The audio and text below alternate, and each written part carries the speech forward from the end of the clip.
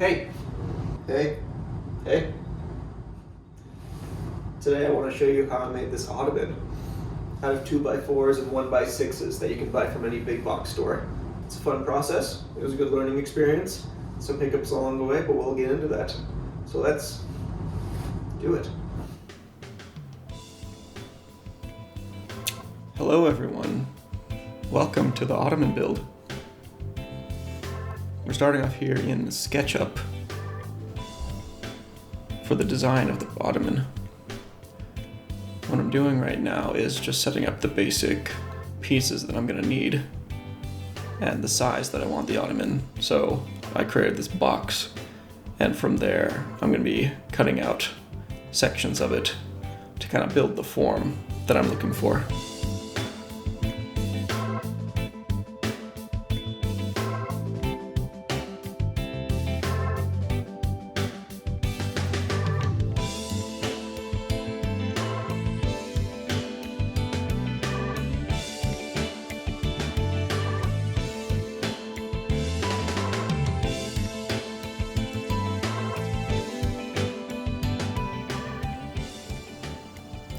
So as you can see from this SketchUp diagram, that it's just going to be a hollow box that has flair to it, in a sense. So the support pieces, the frame of the box, is what's going to be made out of the 2x4s. And what I'm designing right now, these panel pieces, are going to be made out of the 1x6s.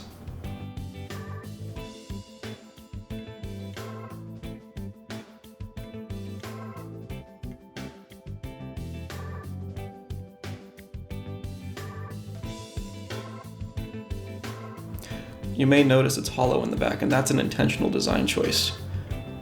At the end of the build, I'll show you the reason why.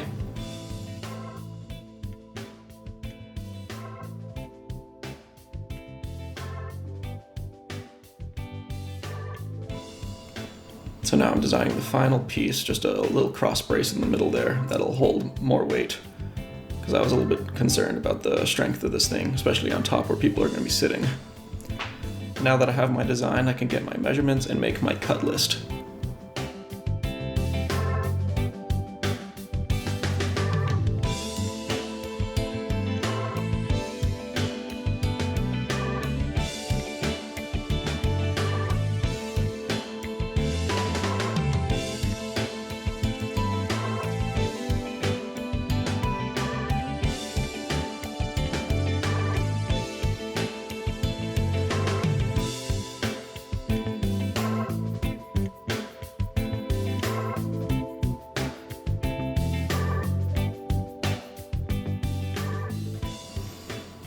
And we're jumping right in. Starting off working on the 2x4s, I cut all of them down to their lengths that they're going to need. So something like this happening can be pretty dangerous. What happened is that as I ran this board through and it cut, I don't have a what's called I think it's a zero clearance plate. There's some width in between the blade that leads down into the mechanism, into the motor. So when this finished cutting, what happened is that this fell in, and that could have caused some nasty kickback or something. Unfortunately, I don't have a zero clearance blade or a zero clearance plate, so I'm just going to be really careful, I guess. I think what I can do is take another block of wood and kind of just hold this together as I push it the rest of the way through, so it doesn't have a tendency to fall back like that, and it should be okay. So I'll use one of these other pieces or a scrap piece of wood I have laying around to do that, just so I stay safe. I do know I can make one. I did actually have one at one point, but it got mixed up with a pile of scrap wood and I threw it away. And I've just been too lazy to make a new one. But as you can see, this worked, and I missed the frame there, but that was me giving the camera a thumbs up. So this is how I make the remainder of the cuts. I felt pretty safe after this doing that. And we're just rolling now. So there I go on the rest of the 2x4s, cutting them to width now, or ripping them to width now.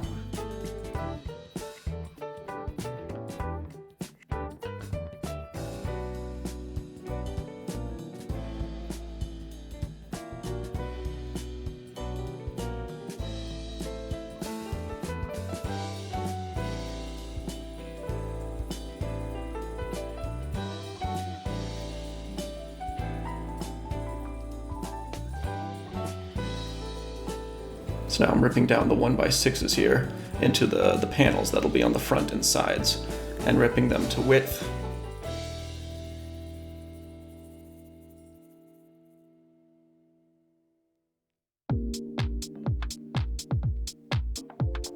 You know, a lot of this was just a learning process and kind of figuring out the problems as I went along.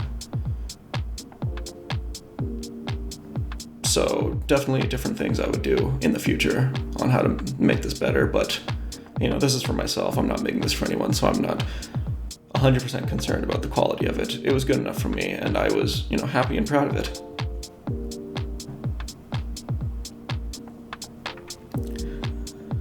So I'm using pocket holes here to basically hold the entire thing together. Maybe in a future project I'll try doing more joinery style of woodworking, but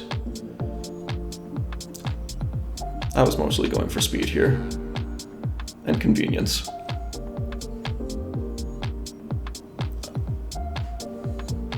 I knew the pocket holes would be plenty strong enough for what I was doing, so there's no worry about that.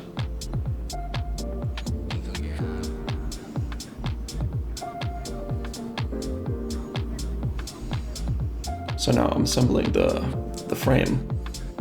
And this thing was, even though I tried really hard and used my square there, once it came to putting on the final piece there's some parts of it where I really had to like force it into square.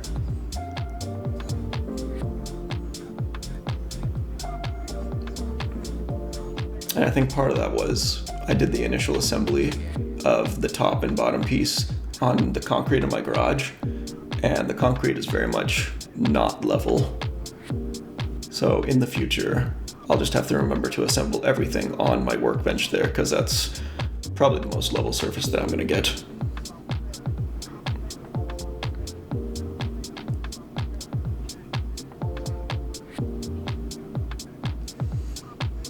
So here's the initial dry fit that I'm doing of the front panels of the Ottoman. And you'll see that I take the panels off and back on multiple times because I ended up having to rip them down even thinner on the table saw to get them to fit. It's one of those things where no matter how much the computer design tells you the exact size of them, the real world is just gonna tell you something different, and so you do what you do. Do what you gotta do to get them to fit, right? I was trying to be really clever here by double-siding tape, using double-sided tape to hold all the panels down and routing them all at once, but I don't think there was any time saved there. I could have just done them individually just by holding them against the table with a clamp or even my hand, and it would have been just as well, but you know, I was trying to be clever, trying to save time, and ended up, it didn't save anything at all. If anything, it just wasted the tape. So here is just one of the cheapest pieces of plywood you can get at, you know, big box store.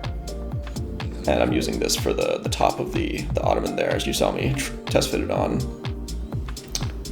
I also got these little foam pads from Michael's and use that to, you know, provide the cushion there alongside of this quilt batting that you see on the ground right now, just to add more cushion around the sides, because that plywood is going to be exposed. Well, not exposed, but it would be above, set on top of the frame rather than inset. And so if I didn't put this batting on, it would have the potential to being really sharp. So yeah, alongside of the padding and the quilt batting, I got this fabric from Michael's as well. And I like the blue. You can see my wall behind me there is blue, and so I wanted to keep the blue color scheme going on. And this was my first time ever upholstering something, so it was fun. The one thing I wish I did a bit differently is I wish I had pulled it a little bit tighter. I thought I was doing it tight enough, but on top of it right now, it is a bit loose and, wrinkly, but something I know for the future. I forgot I put this in the video. Yep, deal with it. Oh yeah, this was a super annoying part of the process. So part of the end grain of those long beams that were sticking out were just sticking out a little bit too far, and I had such a hard time getting them flush with the vertical beams. It was super annoying. I tried a planer, a hand plane. You can see I'm trying the chisel right there, and I was just getting a bunch of blowout, and yeah, it seemed like the sander was my best bet, so I just, spent a long time grinding it down as much as possible with that sander. But it worked well enough. It just took a long time. If you have any recommendations for a way that might be easier to do in the future, maybe I just need more coarse sandpaper to do that, because I think I was using 80, but maybe I could grab a 40 grit or something. I was trying to screw in the screws a bit tighter to hold the boards closer together so there are no gaps. Ended up punching right through the board at the side there, and so I had to glue and clamp it back up.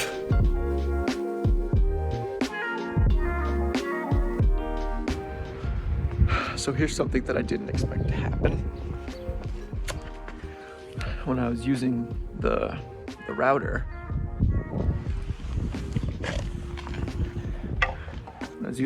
here, you see there's a ball bearing on the end there that follows the wood. But what I didn't take into account was the fact that I had drilled pocket holes into this. So on both the inside and the outside here, whenever I hit one of the pocket holes, it completely just, the ball bearing went inside the hole and just completely borked that one up. My only saving grace here might be that I am going to switch to a 1/2 inch radius bit for the router, and hopefully that will fix this up a little bit. I don't know though. I might have to wood fill or something to make that look smoother, because that's pretty ugly. Yeah, that was a really annoying thing to happen, and just something I did not take into account at all. But when I was routing, I just remembered thinking, something's not right here, and yeah, sure enough. So that 1/2 inch radius bit did help. Smoothed over this area. One thing that I did point out though is something that is a little bit of a lack of foresight on my part. So these pocket screws here, basically, when this is all done, the bench is going to be sitting in this orientation, but from here you can actually see the pocket hole divots, which is not something I took into account.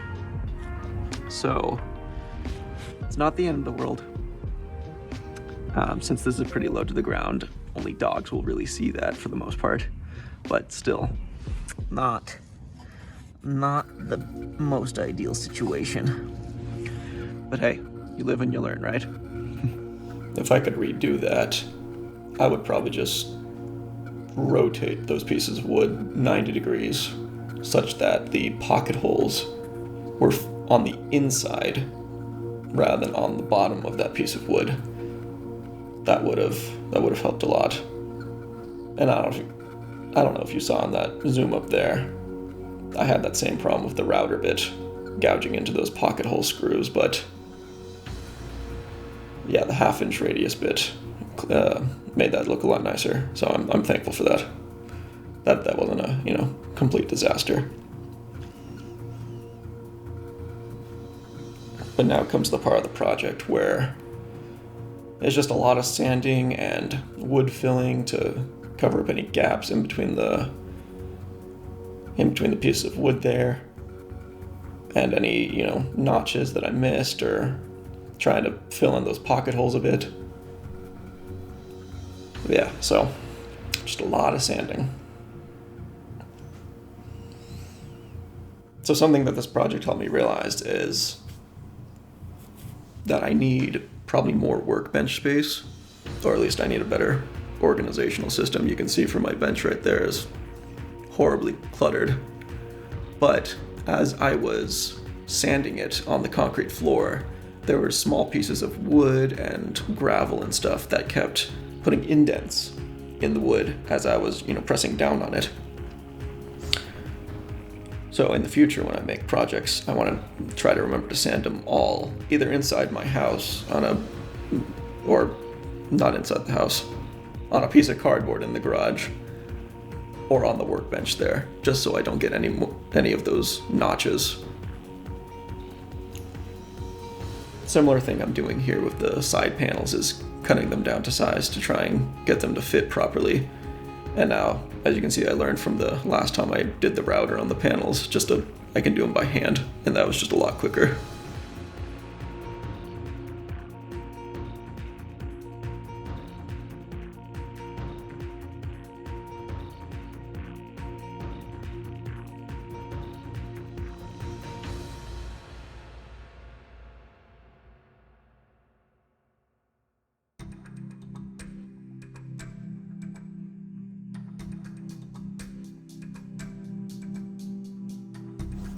I'm watching this video here and just realizing just how messy my workshop/garage is. Yeah, I have limited space, and especially during the winter time, I have to park both my cars, me and my wife's car, in the garage. And so I just don't have a lot of space to work with, and I could do a better job of organizing my tools. I felt like half the time I was working on this project was just me trying to find where I put a tool, because everything's really cluttered. It doesn't really have a space for it. But yeah, I'm still fairly new to woodworking. I'm taking on these projects to learn, and yeah, putting them here on YouTube so we can learn together. If you like what you see, I hope you would consider subscribing, because yeah, I'd love to kind of learn along with you. And if anyone has any tips or tricks for me along the way, please let me know. Yeah, I'm just doing what I've learned from YouTube University and just doing my best. And I'm proud of what I've done.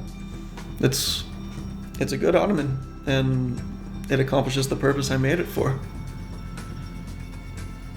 What I'm doing here now is putting pocket holes in the sides here that's in the top, so I can hold the upholstered piece to it when I'm done. But I'm now putting finish on, and this time I'm using Odie's oil. I don't know, it's a good finish. It's pretty easy to use for the most part. I'm, still figuring out which finishes I like the most, because I've tried spray lacquer, Odie's oil, shellac, polyurethane. I know which ones I don't like. I definitely don't like the polyurethane. That was just kind of a nightmare to put on. Spray lacquer is convenient, but I kind of like the warming that an oil-based finish gives. It doesn't look as, I'm gonna call it a dry look, but it looks nice and warm, which I don't know, I like that style.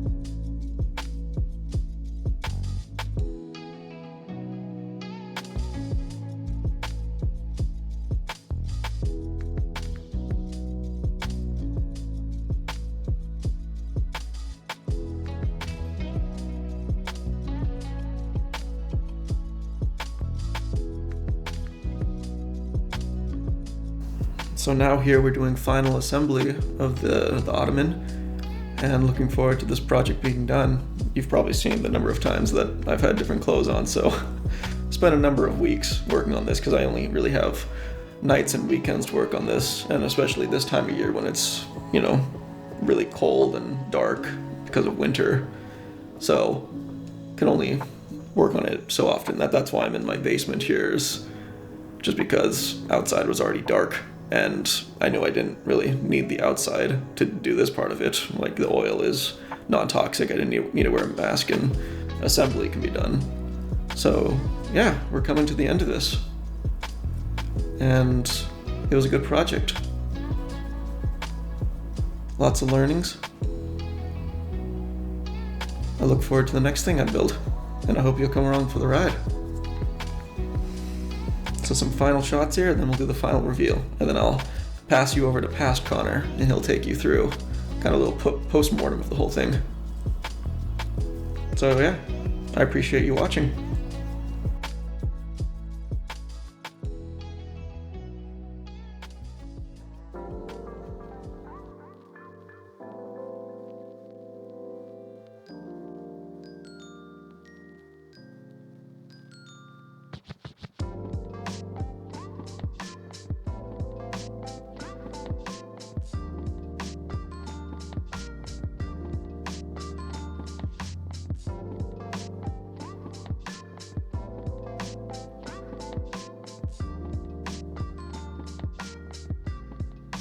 Thanks for joining me on building this Ottoman.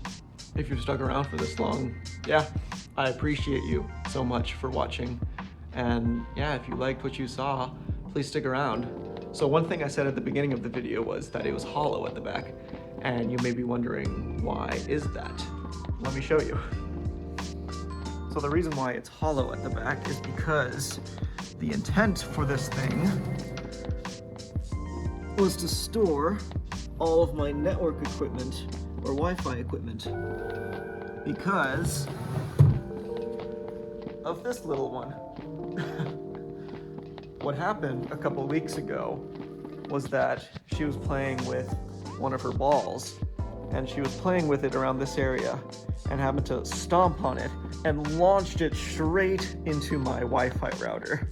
And now my Wi-Fi router will constantly and intermittently restart itself. So clearly she crapped out something in it. It's not completely broken, it still works a little bit, but that was the whole reason for building this thing, was to stop her from damaging it any further. Isn't that right, little one? Yeah, you said you're a good girl. Okay, say thank you to everyone and say bye. Bye-bye now. Bye-bye everyone, thanks for watching.